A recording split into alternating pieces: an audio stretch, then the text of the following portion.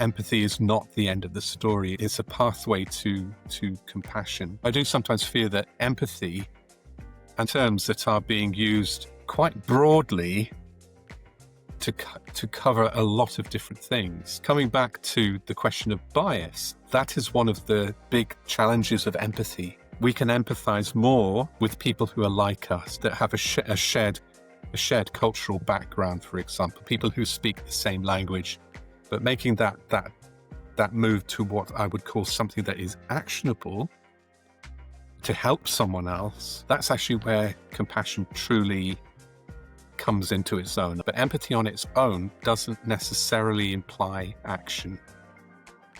And I think that's what makes the difference for me.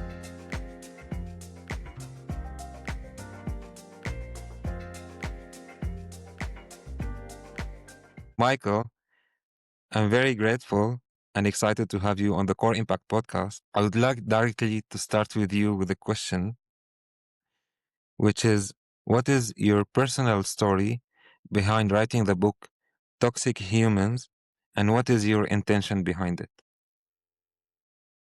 Well, thank you very much for inviting me on, and what a great question.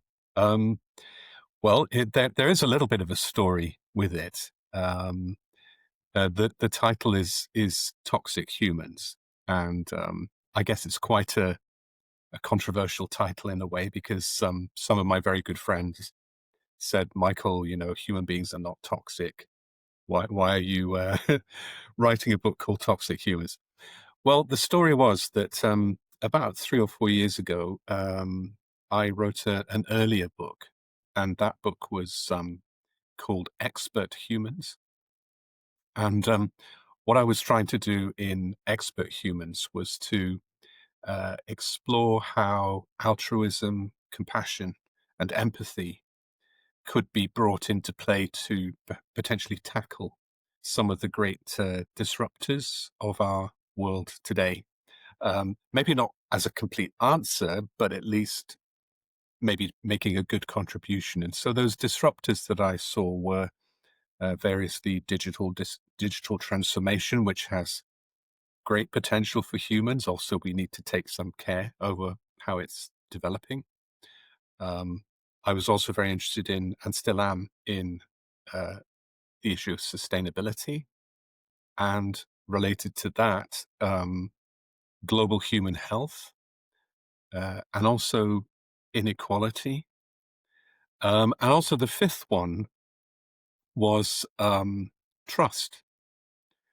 And so I looked at these different disruptors and then posited the notion that we needed leaders who had what I called ACE qualities, which is basically the acronym altruism, compassion, and empathy. So I put that out, and I've used the material in it for lectures, seminars, and so forth, trying to gently suggest that there's a different way to be a leader now and into the future.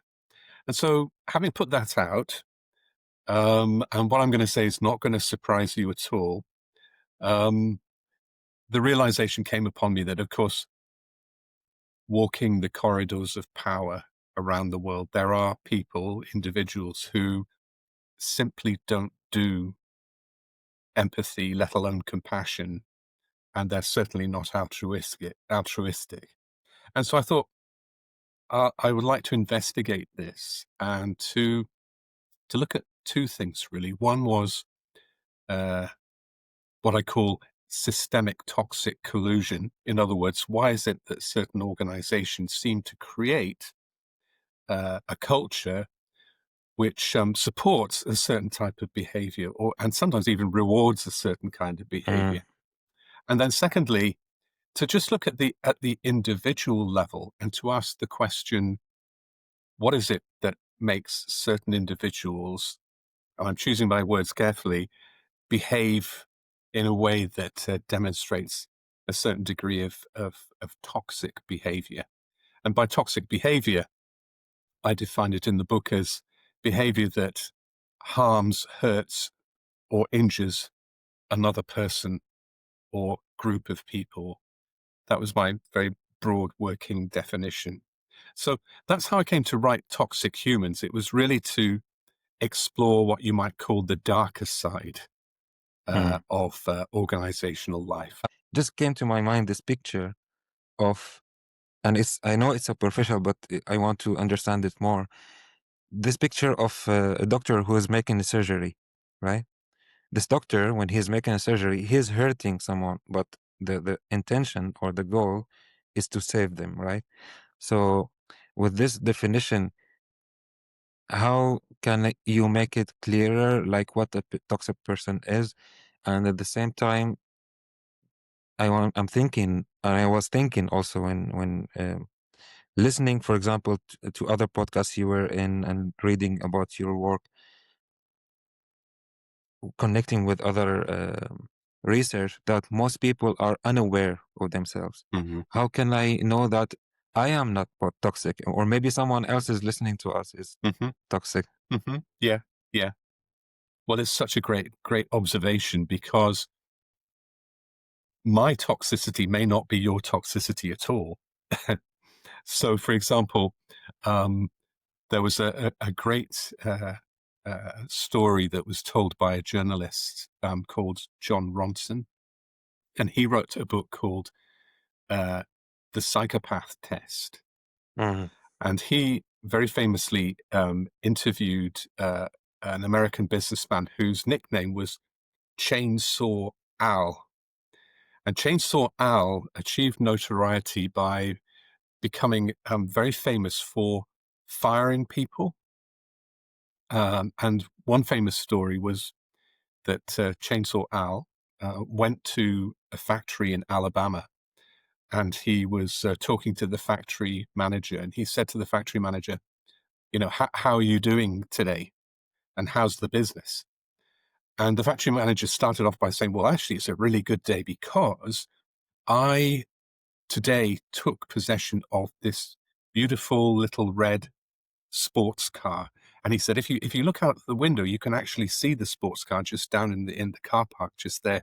And he said, I've been wanting to get this red sports car for such a long time. I've got it now, and I'm really looking forward to driving it home. And so Al listened to him and said, oh, okay. Well, I'm glad that you've got your little red car, but what you don't have is a job. And the guy says, sorry, I don't know what you mean. He said, I can't have a factory manager spending his day thinking about the little red sports car that he's going to buy at some point. I need you to be focused on the business, you know, making money. So he said, you have your little red car, but you don't have a job anymore. And so years later, the journalist went to visit Al in his gilded mansion in Florida. And he reminded Al of this famous story, and said to Al, if you had your time again, you know, would you perhaps do things differently, maybe have a different kind of conversation with that gentleman? And Al thought about it for probably 1 nanosecond and said, no, I would do exactly the same thing. And when the journalist suggested to him that this was an approach that was singularly lacking in any kind of empathy whatsoever, Al said, well, that's your version of events, of what that looks like. To me, it's just being a good and effective leader, period. Mm. And so, to your point, what can be seen as toxic behavior by one individual is seen as maybe just the right thing to do by another. But it brings us on to another point that maybe I'd like to make, and that is that in my book, I quoted the work of Dr. Tasha Eurich, who's done some very interesting studies around self-awareness. And she very interestingly classified people into sort of 3 groups, really.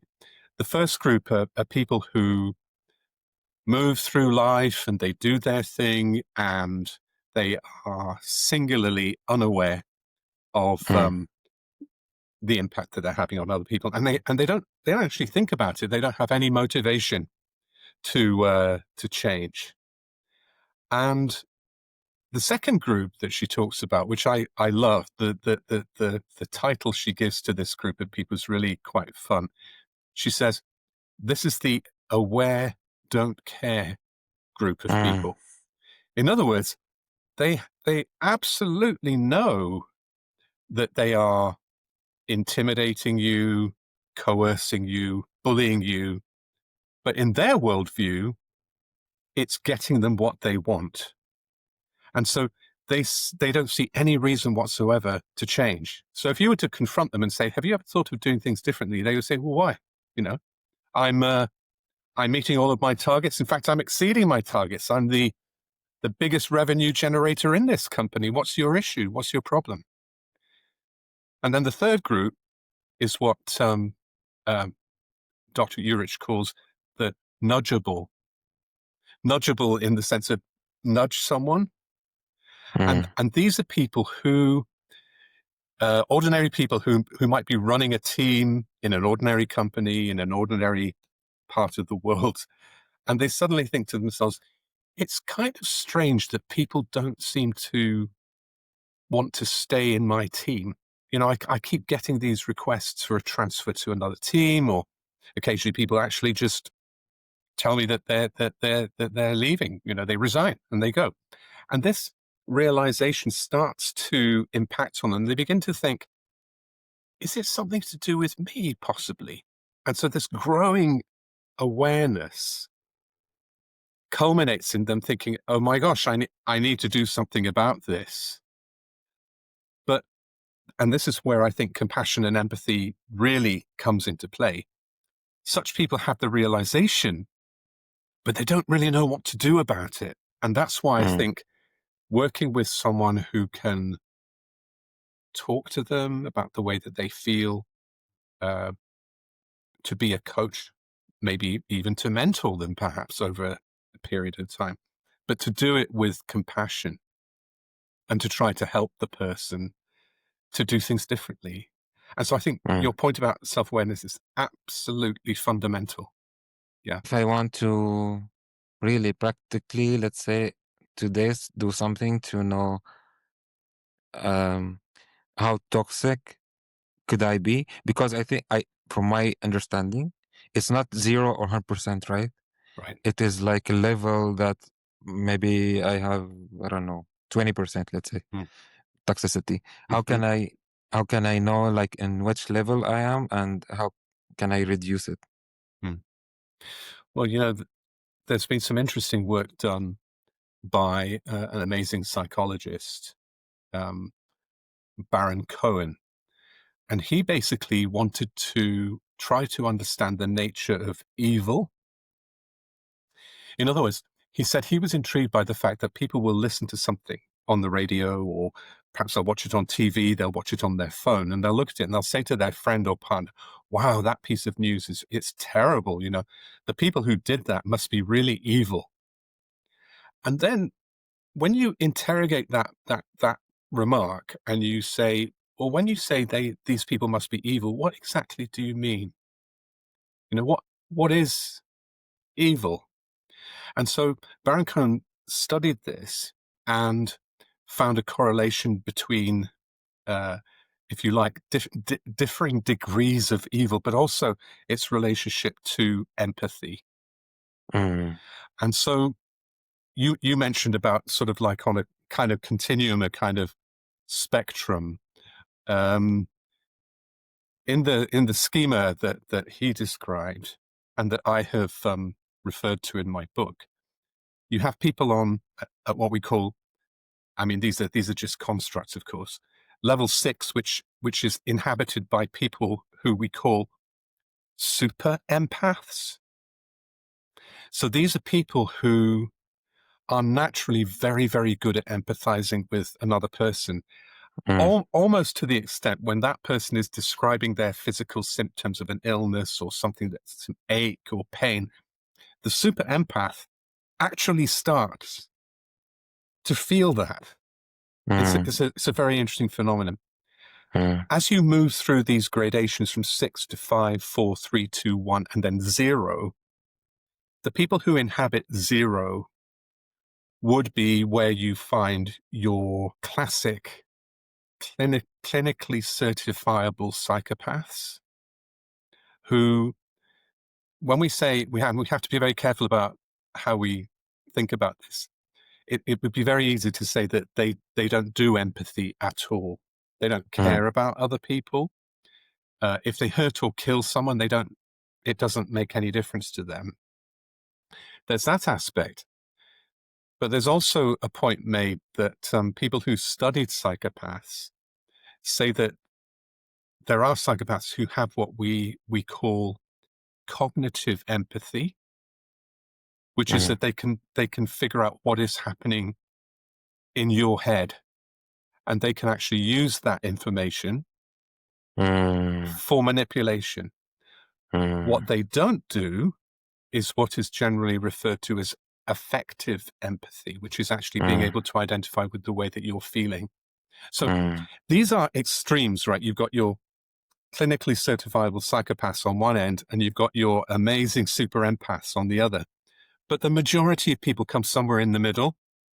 And so, again, to your point, people who are arguably, let's say, level 4 or 5, let's say typically, let's take a typical example. A man who, you probably know the phrase, I'm sure, he is a man of few words, people say. He doesn't say very much. And the way that he interacts with other people, he's more comfortable talking about sport or talking about drinking, for example. Um, he doesn't want to talk about how he feels, mm, uh, and definitely not to other men. mm, And so we have to be very careful to say this is not toxic behavior. This is behavior of someone who's potentially very shy, mm. or who's certainly an introvert. And so what we need to think about in the workplace is this person doesn't want to have the kind of conversation with you where he lays his soul bare for you. He's just not interested in doing that. But that doesn't make him a bad person, of course. Mm, mm, It's just the way that he is. And again, just coming back to your question, I think there are a lot of things that people can do if they feel they want to develop their empathy, uh, and through empathy, developing their compassion as well. There are very practical things that we can do, which we can talk about if you like. yeah, yeah. There is one thing that I would like to ask you, or like let's say reflect on, Hmm. that most people I see find it easy to call others toxic, as if they are like certified, you know, psychologists, and they kind of like they spend enough time Mm-hmm. to call others if they are toxic, if they are Mm-hmm. Mm-hmm. narcissists, if they are psychopaths. Mm-hmm. And Yes. I find it more liberating when I know, like when I see my blind spots, and I'm sure that like after now knowing more about it, I can by time start noticing what are the toxic behaviors I'm having every now and then work on them. When I am free, then that's what matters, and this is how can I inspire others instead of just looking at people around me saying this is toxic, this is whatever, and, this is a bad Absolutely, Omar. person. Mm-hmm. Yeah, what do you think about Absolutely. this? Yeah. Yeah. Yes. I think you're definitely on the right track there, because um, let me give you an example. If you're in a team and something has gone wrong, and the project didn't work the way it was supposed to, if you're rather um, driven and driving boss says to the team, I want to get everybody together to have an after action review. I want to find out what went wrong. Um, if at that point he or she starts to focus on one of the members of the wider team and says, I see you as responsible for this, took your eye off the ball, and I'm laying the responsibility for the mess up fairly and squarely at your door. This kind of thing cannot happen again. If you're a member of that team and that is something being said to your colleague, right? Do you, when you know that that's not true, do you say, hold on a minute, boss? That's not actually how it happened. Let me just shed some actual facts here, some light on this. Do you do that? Or do you think to yourself, oh my gosh, I'm glad it's not me, you know, This is a big in one. that moment? Because it may sound very brutal of me to say so, but in that moment, if you don't say anything, then you're colluding.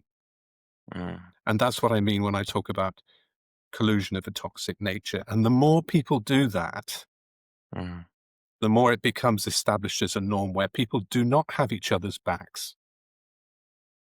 You know, where they look after their own skin and they're just not there for their colleagues. So that's the kind of thing which I'm hoping we can all talk about a little bit more and be brave, actually.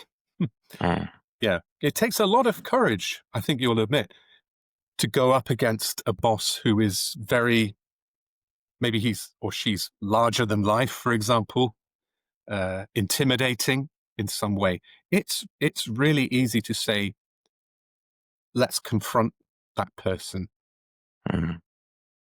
but it's not always easy to do. Yeah. They are one of the workplaces that I've been in, and of course, I'm not gonna mention where and who, but you reminded me of this. There was someone new in our team. She was like, I think, few months, and she just graduated from the university, and many others were already like for me, for example, I had many years of experience back then, and we were in a team meeting. She was the least experienced person. And at the same time, the one who was leading the meeting, she was not only one level above me, let's say, not 2 levels, she was 3 levels. So she was responsible for over 100 employees. And you can imagine someone has that much level of position and experience. She left everyone else and she was looking at this new person who just joined our team and looking at her mistakes and scolding her in front of everyone else. This is a moment in my career when I was asking myself, is it worth it to stay silent and not say anything? Like, is it worth it to stay here at this job anyway?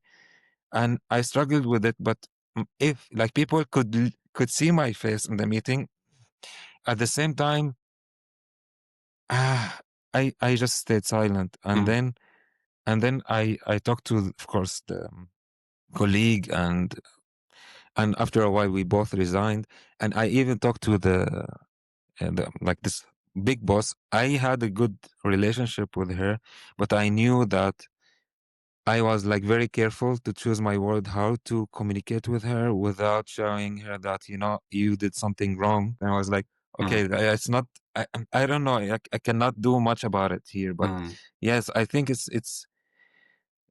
just reminded me of that. And sometimes I don't know if what that was the right thing to do, but in the end, I knew that it is one sign, I think, to know if you have the toxic culture in Yeah. your company. I'm interested now talking about this. How can either a person applying for companies to know in the interview phase Yeah. if the company is toxic or not, or the other way around, when a company is interviewing people to know these individuals, are they toxic or not? Well, another great question. I think that let's take the first part first, where how can you tell whether the organization you're going into is going to be a good one?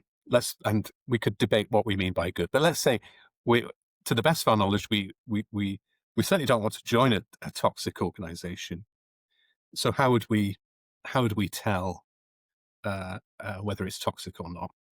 Well, there's a classic one, of course, which is to to ascertain the body language and the demeanor of the people on the reception desk, because that's your first interaction with humans normally in real life. You may have talked to HR people over, Zoom or whatever, Teams or whatever. But this, if you're going for your interview in person, this might be the first time that you're meeting that person.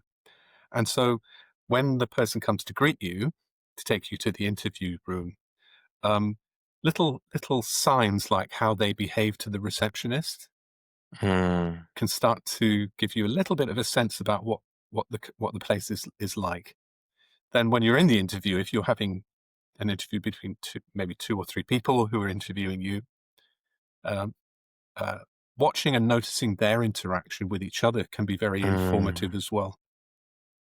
So this is where culture can kick in quite a bit, because in some cultures we see it as very friendly to be able to interrupt someone and complete their sentence for them before they've finished. That's seen as an indication that I'm listening to you. I'm listening to you so closely that I can even finish your sentence. It's intended to be a friendly thing. Whereas in other cultures, interrupting and crossing over somebody when they're in the middle of talking may not actually be the most appropriate thing. And so noticing not just the speech that people use, but also their body language as well, could give you some clues, I think, as to what kind of place you're potentially joining. So that would be if you're going for an interview. If you turn it around and you think about the company and the people interviewing the person who's coming in for the job, I said in my book, it's not my idea. It's something that I learned through talking with others. One of the inherent problems with a face-to-face human meeting is that we're subject to bias. While you are listening to the Core Impact podcast, please take a moment to pause and share with me. How do you feel?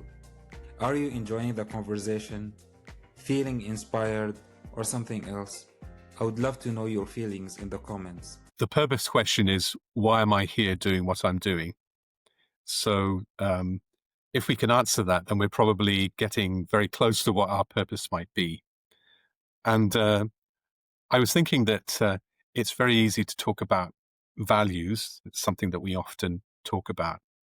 But I think if we can get clear on, two or three values that are really very, very important to us, and really try to stick with those values, I think that can be a very good starting point for being able to sort of make, what, for want of a better word, judgment calls around the kind of person that you would like to be working with, for example. We touched on the notion of empathy a little bit earlier on in the conversation, and I'm not sure if you noticed, Omar, but in my book, I'm quite sort of firm that empathy is not the end of the story. It's actually a pathway. It's a pathway to compassion, and I'm very happy that a lot of organizations and leaders, for example, are talking about empathy, and they say that empathy is very important to them and that they want to have empathetic leaders in their workplace. I think that's all great. It is progress of a kind, but I do sometimes fear that empathy, and there are other very popular things as well, like psychological safety, for example. These are terms that are being used quite broadly to cover a lot of different things. And coming back to the question of bias, that is one of the big challenges of empathy, in fact. We were talking about interviews and how people are biased towards hiring somebody who seems to be like them, for example. That sort of bias is relatable to empathy.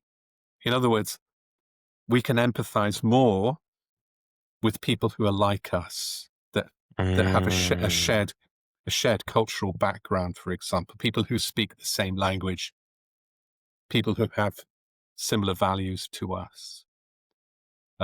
But making that move to what I would call something that is actionable to help someone else, that's actually where compassion truly comes into its own, I think. Because empathy on its own, don't get me wrong, it's a great thing, but empathy on its own doesn't necessarily imply action. And I think that's what makes the difference for me. mm. So when I'm empathetic, let's say, I can feel others, but it's easier for me to feel others who looks like me, who have the same background, let's say, etc. Mhm. But when I practice compassion, Mm. then it will be easy for me to not only emphasize with everyone, but then also help them whenever they need help. Am I getting it right now? That's right. I think if if you wanted to unpack compassion into some of its component parts, if I could put it that way, compassion is about uh, what is often called um, uh, listening with the heart. So Mm, active listening, being absolutely present for the mhm, person. I'm sure we've all had experience of talking to someone and the person you're talking to is going, uh-huh, uh-huh, uh-huh, and they're kind of looking past your ear somewhere over here.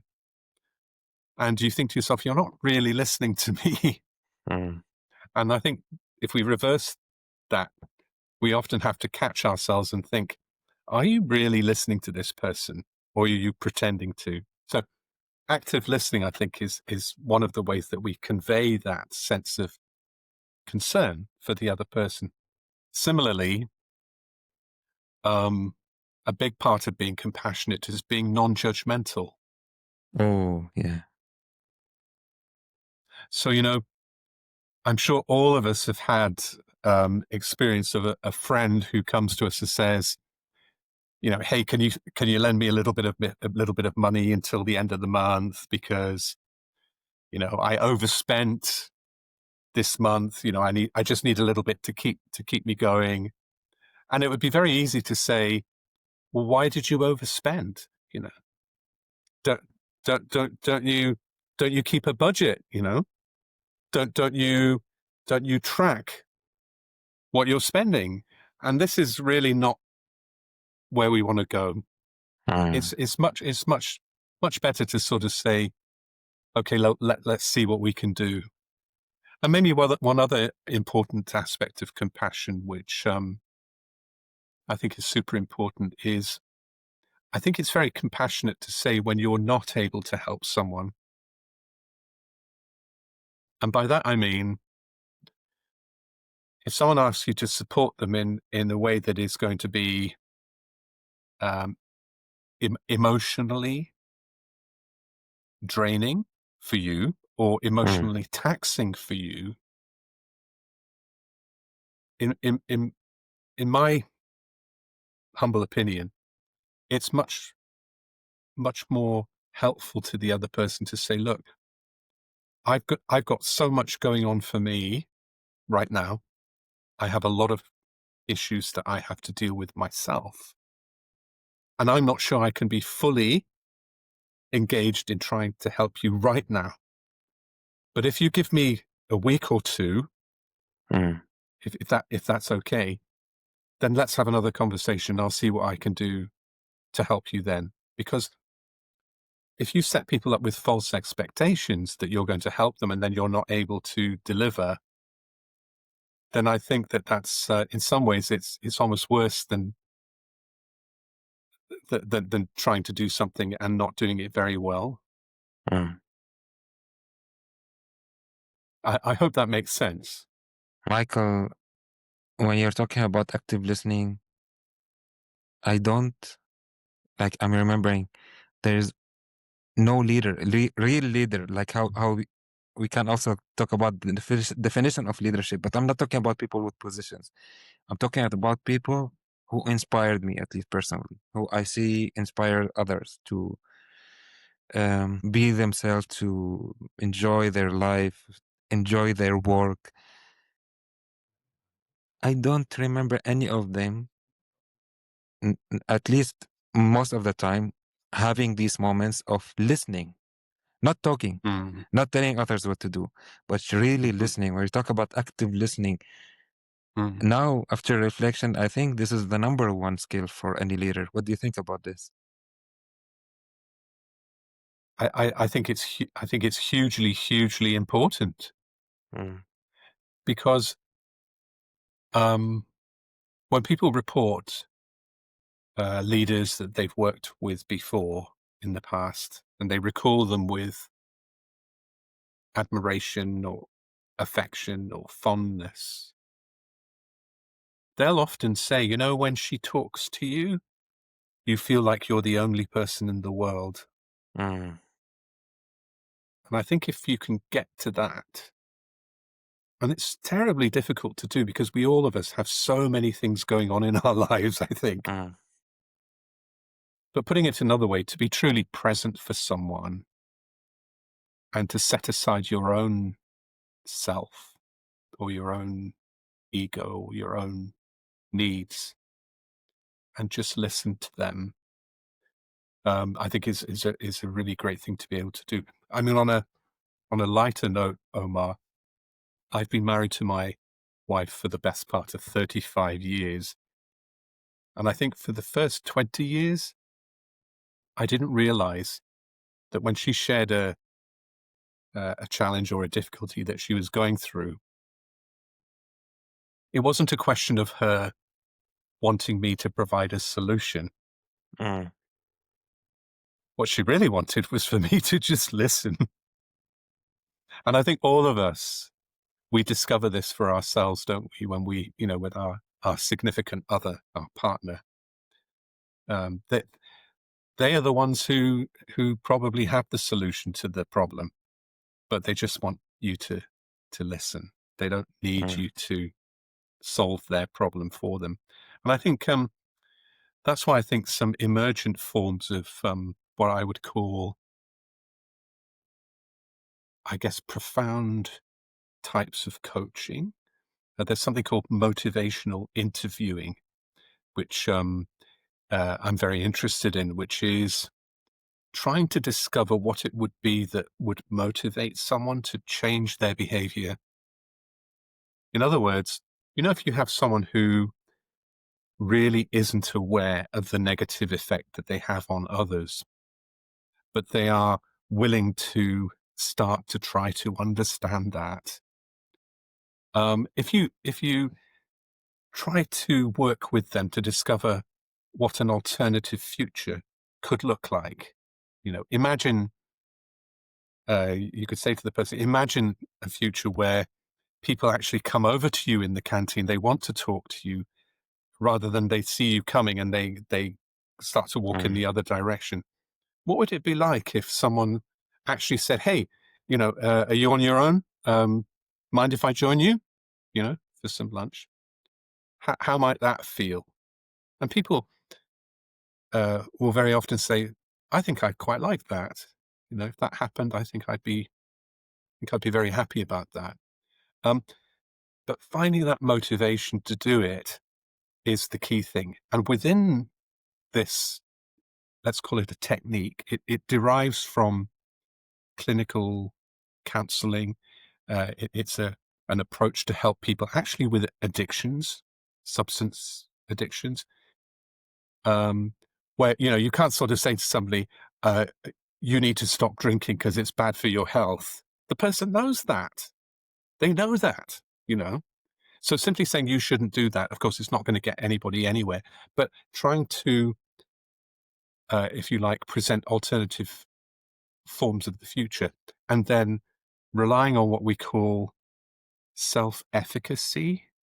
mm, This is the belief that the person who's going to solve or resolve that person's issues and problems is the person themselves.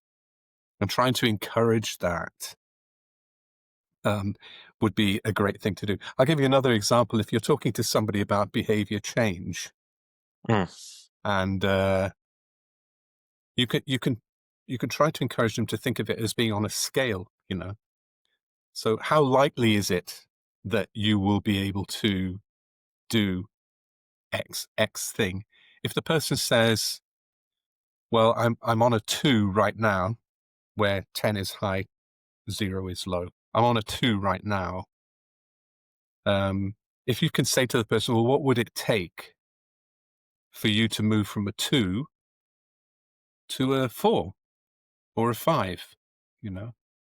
It's much better than saying to someone, you can do it. I know you Oh, can, yeah. Yeah.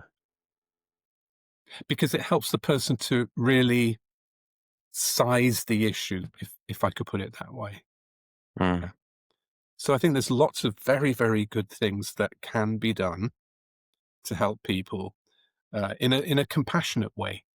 And indeed, it's fantastic to see around the world right now. We've got various movements that are promoting compassion. The Global Compassion Coalition, for example, a group of people that truly believes that, a more compassionate way of being and behaving is really what we need. And at the same time, I said in my book that what I think we need is not necessarily a soft compassion, but actually what I call compassion with teeth. And the reason why I say that is that I'm not sure that compassion would necessarily be the answer in every situation, and that sometimes it's necessary to take a really assertive position on things, because compassion is not about being nice, of course. It's about doing what I see is what I think of as being the most consistent, fair, honest, supportive way of being. Maybe I can give you an example of that. Yeah. I mentioned in my book that there's a great, again, American leader. I also included some British leaders in my book as well. So we're not only talking about Americans, but there's a very famous American female leader who was very charismatic. She did a great job of representing the company in the media and so on and so forth. I was curious to find out what it would have been like to actually work with that person. You would see her public persona, but then when you look behind the curtain, there was somebody completely different there.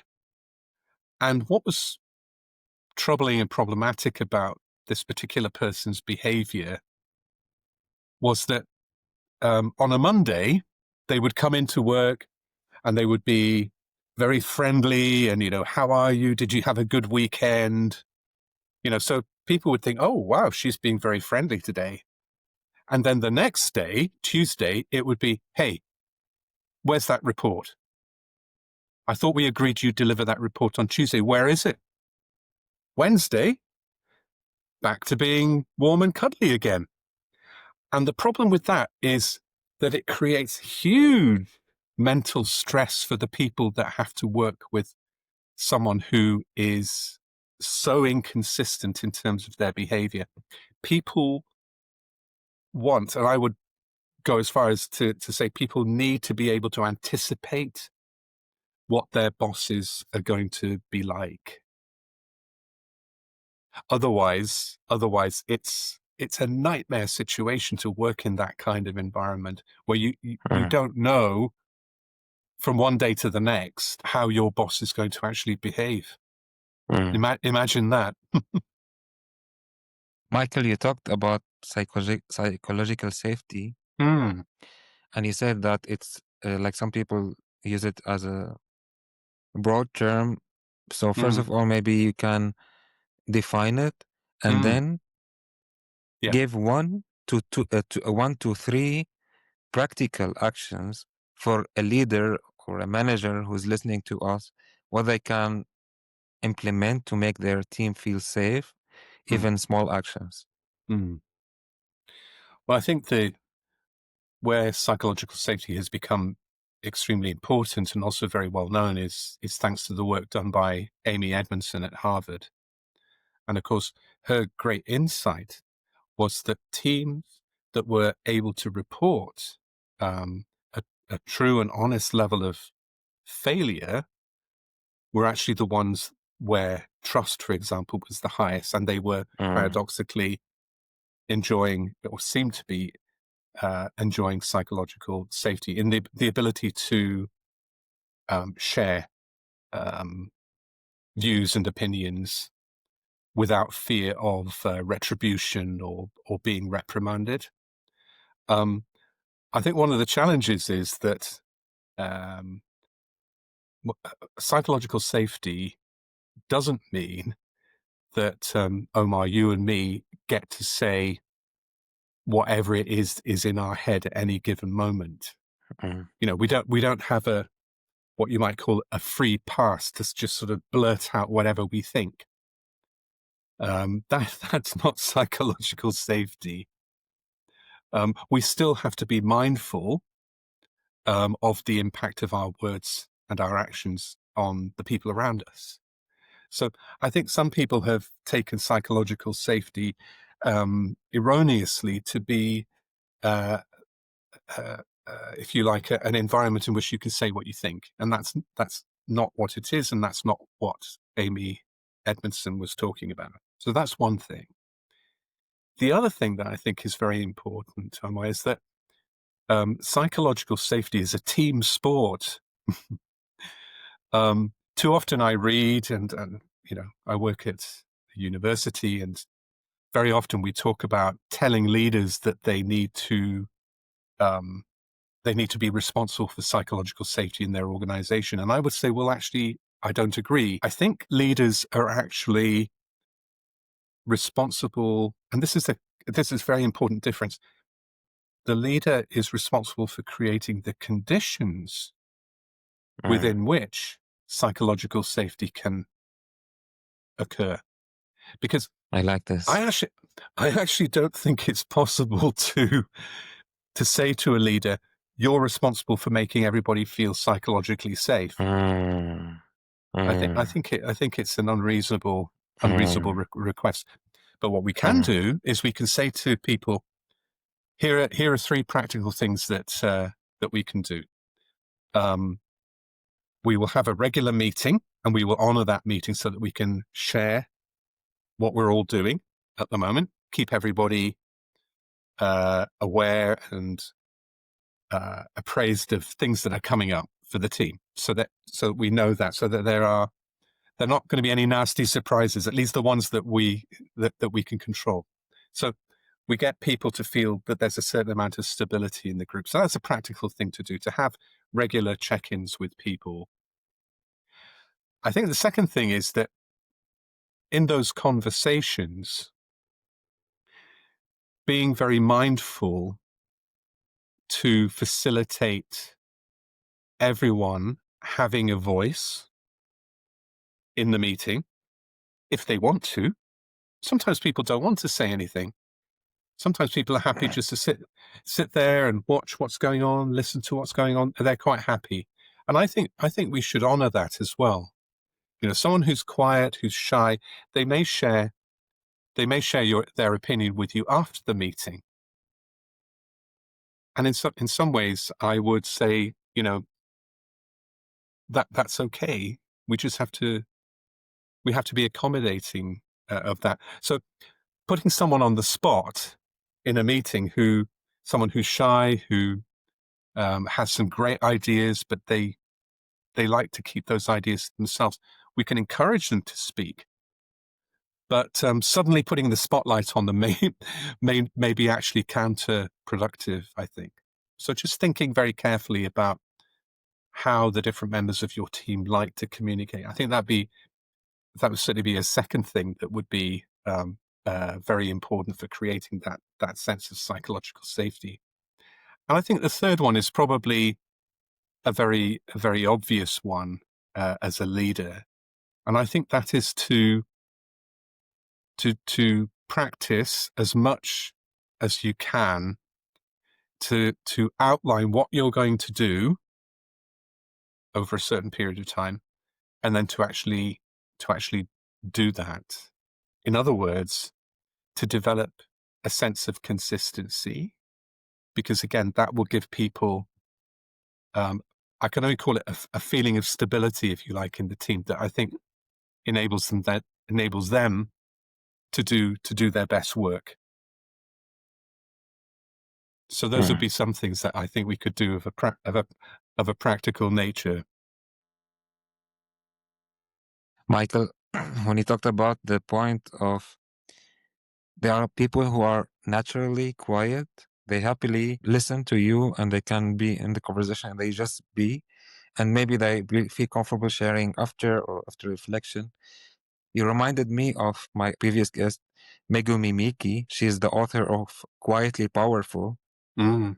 And she said one of the most unhelpful feedback that Mm-hmm. quiet people get at work is Mm-hmm. that they have to speak up more. Yes, that's right. Mm. Yeah, yeah. And I makes me think that we can now start talking about inclusion. If you want to have inclusion, it's part of it. Accept everyone as they are, not only like their age, their gender, their country, nationality, or whatever other things like let's say that people think about when you talk about diversity inclusion, but also different styles. If someone Mm. wants to be quiet, okay. Mm. Yeah, I couldn't agree more. Mm. My my my one of my relatives works at a high tech company, and he told me that one day he was entertaining a supplier, having a meeting with a supplier in the big reception area of this high tech company, and he was then conscious that the supplier was not listening to him anymore. That he was looking behind my relative, in fact my brother-in-law, and my brother-in-law sort of realized that he was looking at someone behind him, and that someone was Joe. And Joe not only liked to travel around the office on a skateboard, but also, depending on his mood, he would dress as a different superhero.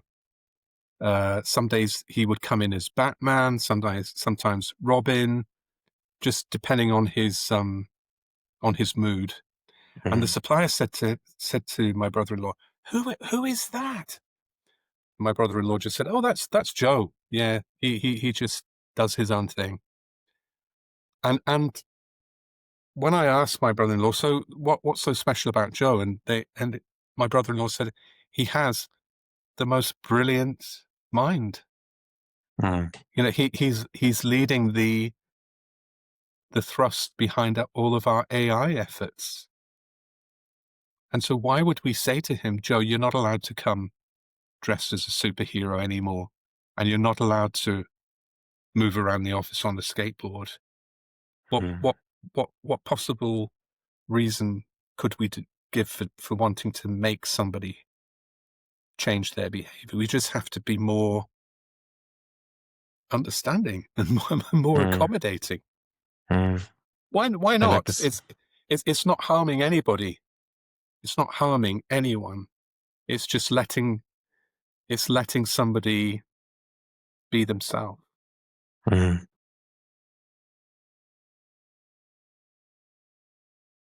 Michael, before jumping now to the like last part of the conversation, what is the most exciting project you've worked on during this year?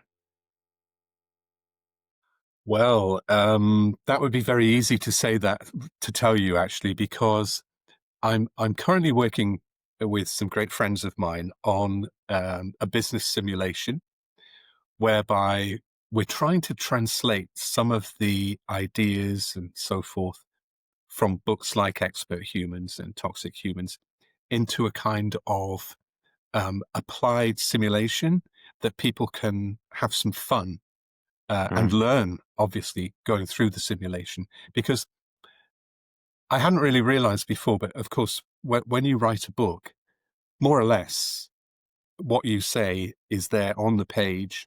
And if it sells very well, then maybe you get a chance to do some revisions for the second edition. But let's assume that once you've written the book, those words in black and white on the page are there more or less forever. Whereas with a business simulation, it's much more of an organic thing, and you can attenuate it. So if you feel that the design needs a little bit of a tweak here, or we need to change some of the content over here, then we can do that in real time. So that's probably the most exciting thing I'm working on this year, is a business simulation in order to help people to bring empathy and compassion into the workplace in a very practical way. mm. Yeah.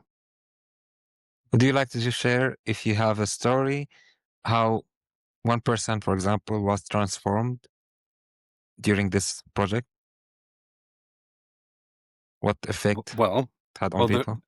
yeah, the project is ongoing. It's still a live project at the moment. I think one of the things I've realized is really the power of collaboration, Omar, Mm, you mm, know, and recognizing that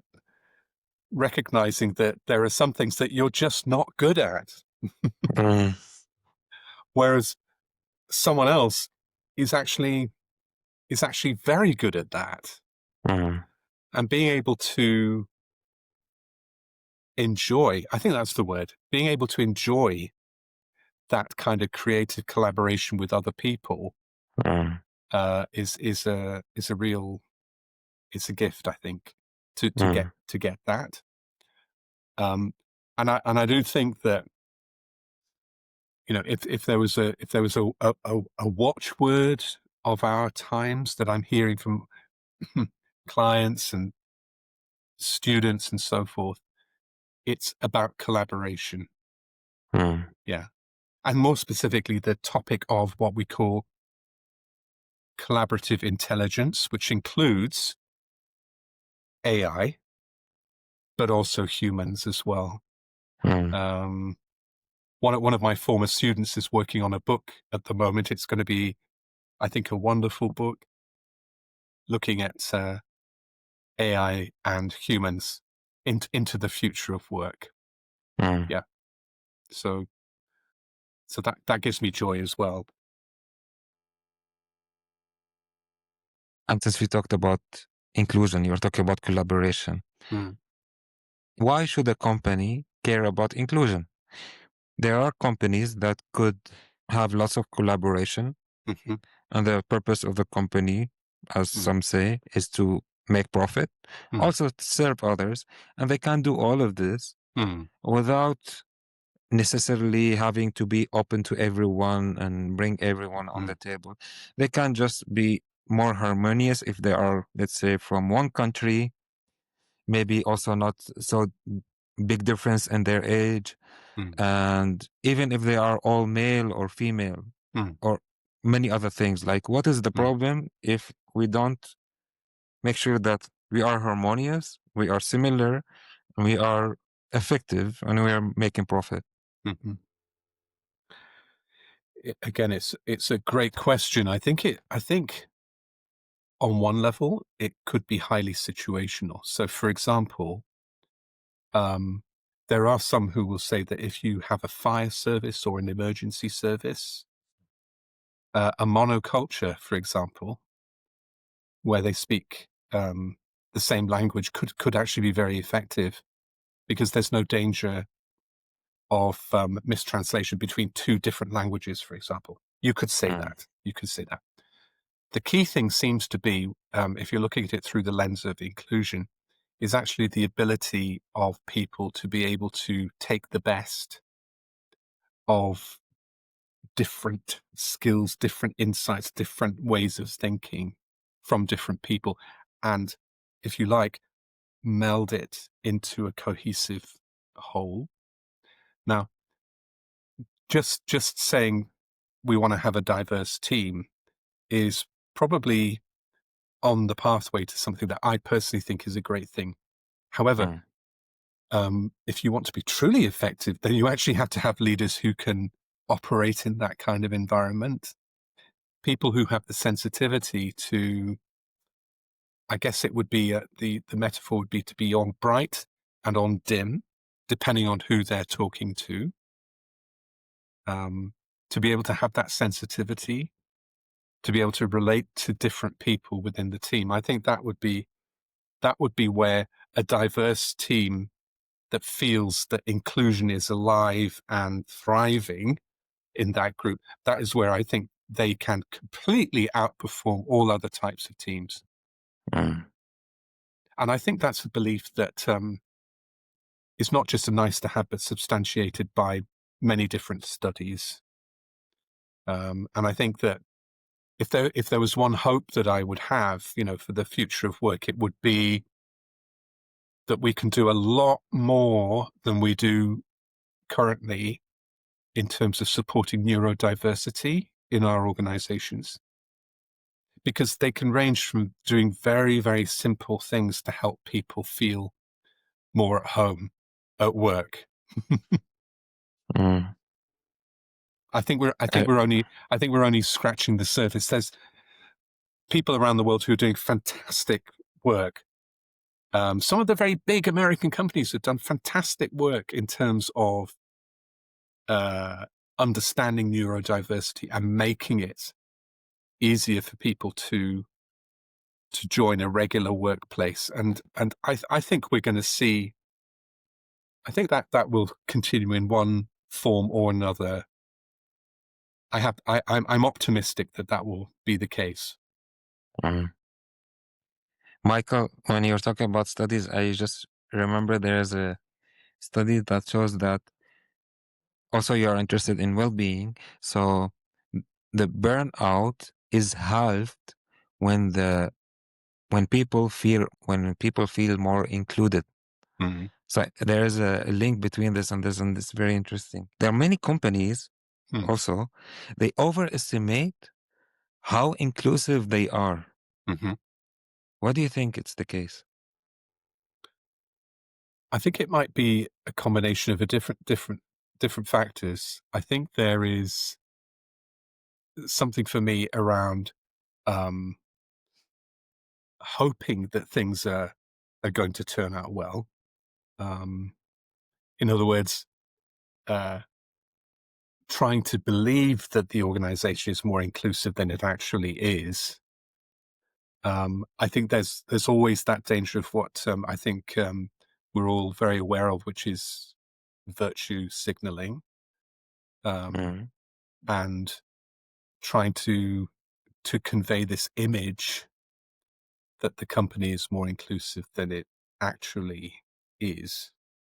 Um, I think that as time goes on and we become more and more sophisticated in terms of understanding exactly what it might be like to work in certain systems, I'll call them systems rather than companies or organizations, because I think mm, I think we will be able to ascertain with some degree of accuracy what it might be like to work in certain places. And the other thing to mention, I think is important to mention too, is that um, life is never static, and life in organizational systems is never static. So, for example, um, it can be extremely energizing and exciting to be part of a startup where you have, let's say, a mercurial, charismatic founder leader. But the question then becomes, is that kind of, uh, speed sustainable over time? And the answer, I think, is unequivocally no, no. Mm, But it's exciting. So organizations will go through a different evolutionary pathway as they grow and as they develop. And I think, if anything, we might want to encourage certain leaders to see the world in a way that, for a certain part of the evolution of that company, a certain type of leader might be appropriate. In other words, I've had friends who said, I was very excited at the big, when I started the company, it was very, very exciting, and we did everything, we worked 24/7, we were very committed. And then when we started to become successful and we reached a certain level of operational stability, I kind of woke up one day and I thought, I'm not really energized anymore. mm, This is not exciting for me anymore. And I think if we both recognize that that's a phenomenon amongst many people, then I think that can be a win-win for everyone, because there's nothing worse than a leader that has stayed on beyond their sell-by date. mm. Okay. One question about the Hmm. future of work is, how do you define this term, future of work, Hmm. and what are the misconceptions about it? Hmm. Well, so much to say, but in brief, I would whenever I try to teach the future of work, I try to um, turn it into what you might call bite-sized pieces. In other words, Mm, things that people can relate to, because it's a gigantic topic, the future of work. So I generally encourage people, and I do it myself, to look at the future of work through the lens of the organization. What will organizations look like in the future? And they're going to look, there's going to be lots of different permutations, of course.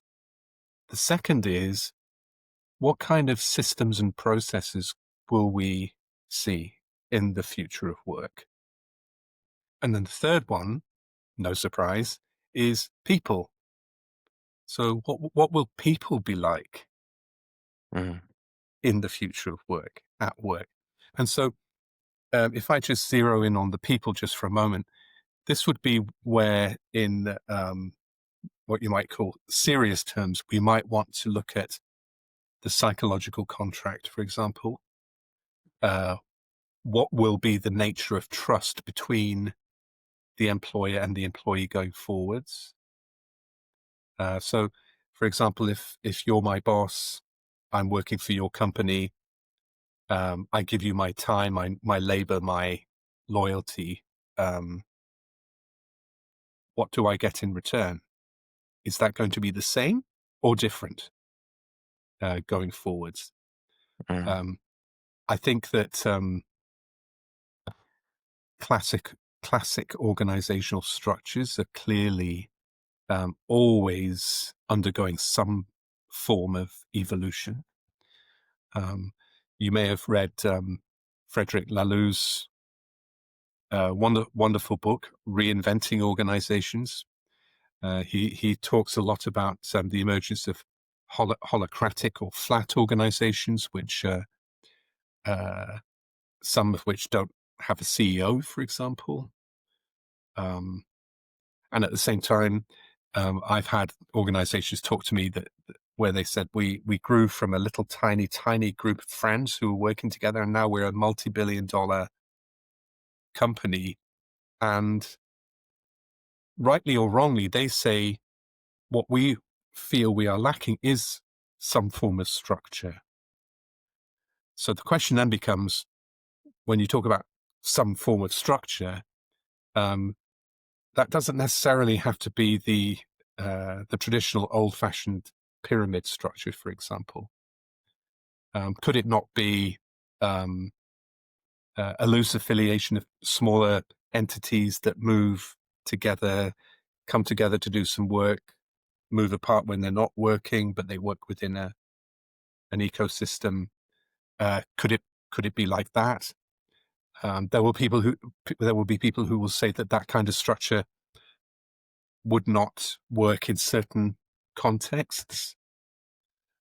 So, for example, if you think of hospital systems and so forth, here in Singapore, we were going along in the car the other day, and the taxi driver happened to say to us that that new hospital there is going to deal with people who are ill, but not very ill, he said. And we said, what? But a hospital is for sick people. He said, oh, the hospital for really sick people is going to be over here. And then the hospital for not so sick people will be over here. And as we thought about that, we thought, okay, so what you're talking about is like centralization of knowledge, know-how, technology to attend to people who are, for want of a better word, very, very sick.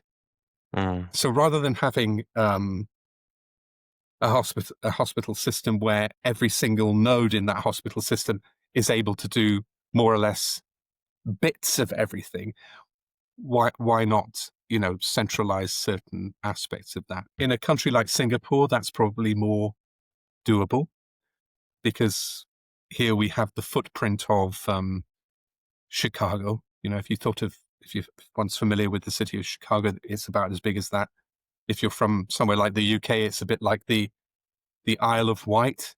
So certain things can be done because the environment and the structure helps to make that happen. And so that's, long story short, that's the way that I try to make sense of the future of work. One of my my good friends, Diana Wu David, is a very well-known futurist, and we've had wonderful conversations about how we can actually see patterns in the past that help us to understand what might happen in the future. And I guess from a very practical point of view, something I've seen over the years, talking to ordinary companies and so forth, where it would have been normal to have a 5-year plan, many companies are saying the furthest we can look into the future is maybe 3 years at most. And then again, you'll have countries like Singapore that are literally planning for the next 50, 100 years.